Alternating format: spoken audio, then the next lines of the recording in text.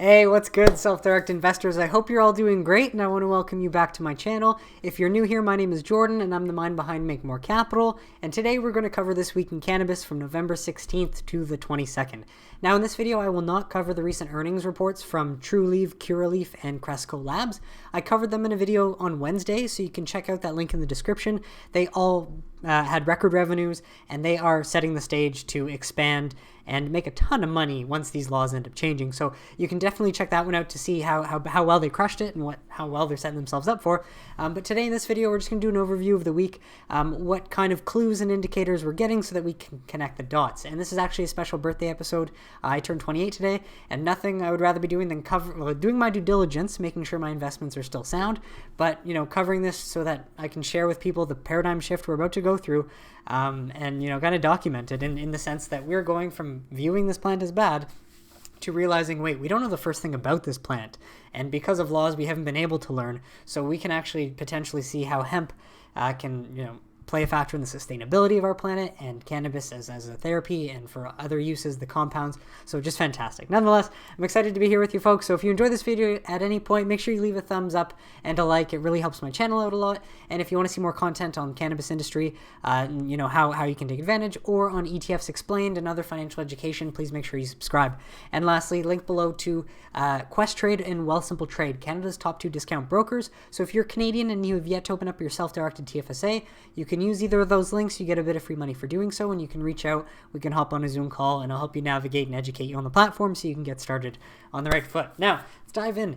Why the Georgia Senate runoff could reshape North America's cannabis industry. So, if you were following the election, the Democratic Senate vote is tied 50-50 with Republicans and Democrats. So this is wild, and this is a big factor because on January 5th, Georgia voters will decide whether Democrats or Republicans will take control of the U.S. Senate in 2 runoff elections, and the Senate controls Congress. If the Senate swings blue, firms on both sides of the border will benefit uniquely, as major cannabis bills will likely pass through Congress next year.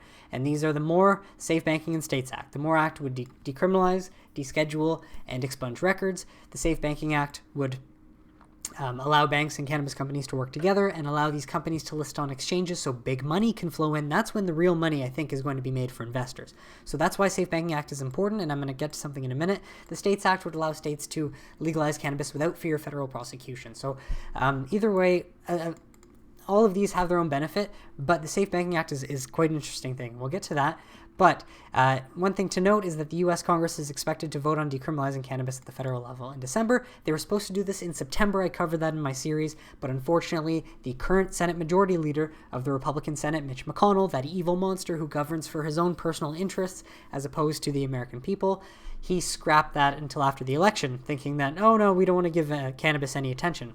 But fortunately for us, cannabis and drugs won the war, as 5 more states voted for adult rec and medical, all with landslide victories. So basically, this vote is back on schedule for December, led by Steny Hoyer, which is great. So he expects the vote on the MORE Act to at least pass the House of Representatives, because the Safe Banking Act has already passed the House before, which is nice. All it has to do is, the right timing, go through Congress and hopefully pass. And it's easier to pass with the blue Senate majority than with a red. But this is something I found very interesting and I wanted to point out. So, incoming Senate Banking Committee chairman open to cannabis banking reform. So, Senator Pat Toomey says cannabis businesses should have access to banking services. So, and he is potentially going to be the incoming Senate Banking Committee chairman.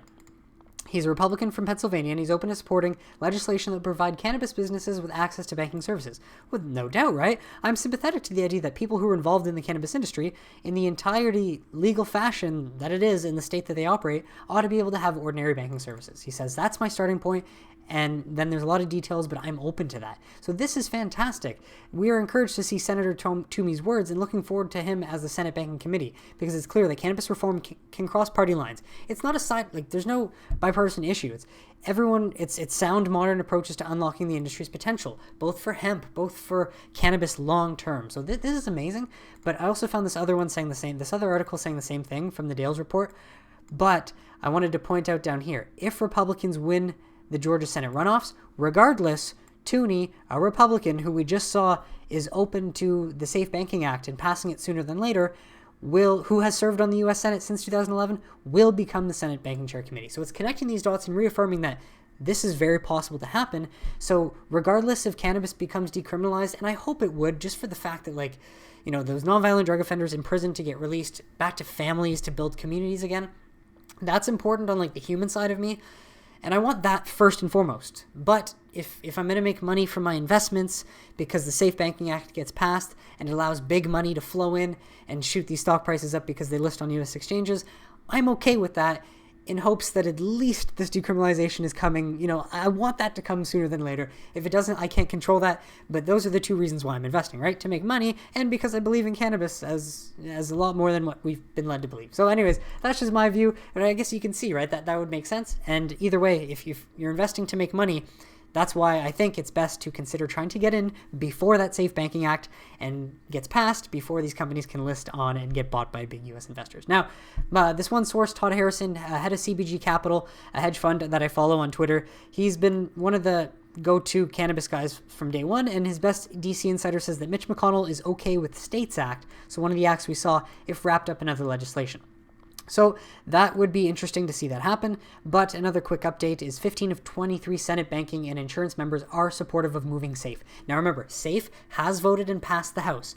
All it would have to do is, whether it's in a stimulus bill in December or when Toomey comes in January, get passed through Congress and become legitimate. So that is fantastic, and that's where we stand today, folks. Now, 2 more states. Rhode Island will absolutely consider legalizing cannabis in 2021, new House Speaker says. Why? Well, our policy of prohibition no longer makes sense, with Massachusetts moving towards a robust legalization systems. We can create jobs, capture lost tax revenue, and fund important social programs going forward. Of course, that is why you do it, not because people want to get stoned. So, got to get that old narrative out of people, out of boomers' heads. And Northam, who is the governor for Virginia, says that they will introduce legislation to legalize cannabis in Virginia. Because think about this, folks. Politicians, their only job is to get elected in 4 years from now, right? So they can only really care about things once they realize people care about it. That's why you're seeing this shift as well for governors realizing, okay, we need this tax revenue. We need these jobs. We need to legalize cannabis for social equity, racial equity, and economic equity. So it's just a big deal to see that as well. And just more positive, more headlines will lead for more exposure, which is fantastic. Now, the Mexican Senate approves cannabis legalization bill, ending months-long delay. So last year they were supposed to vote on this. It got delayed. In April they were supposed to vote. It got delayed again. So, we've seen this before, but it was finally voted on and passed. So on Thursday they approved a comprehensive adult use cannabis legalization bill, but the pending law still faces some hurdles. But it passed 82 in favor, 18 against, and they're now voting on specific articles. But this would make Mexico the 3rd country in the world to legalize adult use cannabis. That's a market of over 100 million people. Obvious. I don't know the exact population. Mexico has a lot of people. Following Canada and Uruguay. So the next steps are approval by the lower legislative chamber, and then the president signing it into law. And what's fascinating is that the country was ordered by the Supreme Court to approve a law by mid-December. So they had to do something about it. And of course, Mexico, the cartels have played a big factor in reducing the legitimacy of authority there. So it's very important that they're making this decision to fight their own war on drugs, or at least their black market. Because again, you eliminate the black market, tax dollars can be put in the right places. So that's huge on Mexico. So at least this bill has been passed. We just need legislation to change. That's going to be the 3rd country. Awesome. Hopefully sooner than later. And then European Court of Justice rules that CBD is not a narcotic. It's not a huge deal, but it's, again, just an authority out of the European Union also stating that, look, yeah, this is nonsense. Let's scrap these old rules that were in place, and we need to think of different systems to put in place that will be better. So yeah, the European Court of Justice ruled that CBD should not be considered narcotic under this same convention that in my series mentioned Harry Anslinger set in motion. So it's great to see these wrongs being corrected. But as CBD gets treated with respect in the EU, hopefully THC will be next, and we can see that new massive market, the German medical market, expand into Europe as well. And last but not least, we have the retail trade numbers for Canada.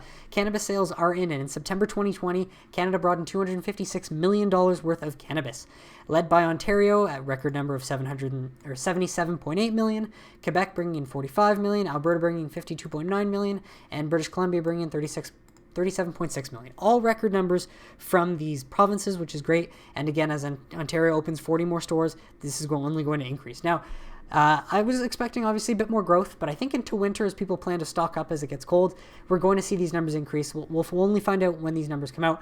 But one thing I noticed is that these numbers come out on the 20th of every month. So I watch for them on the 20th.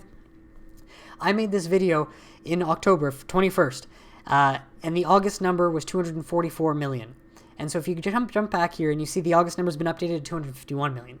So in my last videos, I kind of covered how Ontario had only ended August with 66.9 million. Ontario actually ended September ended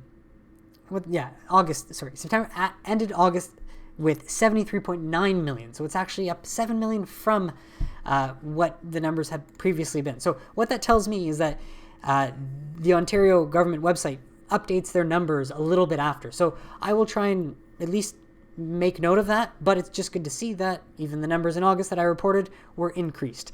And so likely there's a good chance that by the end of September, by October, or at least, by even in December, these will be updated to reflect even more growth in September. Something interesting I just noticed and wanted to point out, but nonetheless, Canada is on pace to at least double their sales.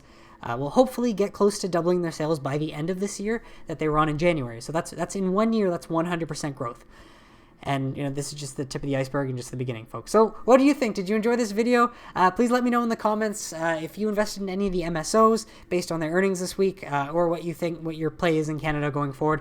Hope you enjoyed this video, folks, and got some value out of it, because this is an exciting historic time if you, are interested in how this, if it fascinates you how this plant was treated throughout time, and then all of a sudden, boom, being Canadian helps that they just decide to drop that ahead of everyone else. But I'm just fascinated by this and can't wait to watch it unfold. But everyone, if you enjoyed this, please leave a like and subscribe to the video if you want to see any more of This Week in Cannabis. I'm going to be dropping it every Sunday into the near future just to document what happens. And we'll see you on Wednesday for another video. Have a great day, everybody.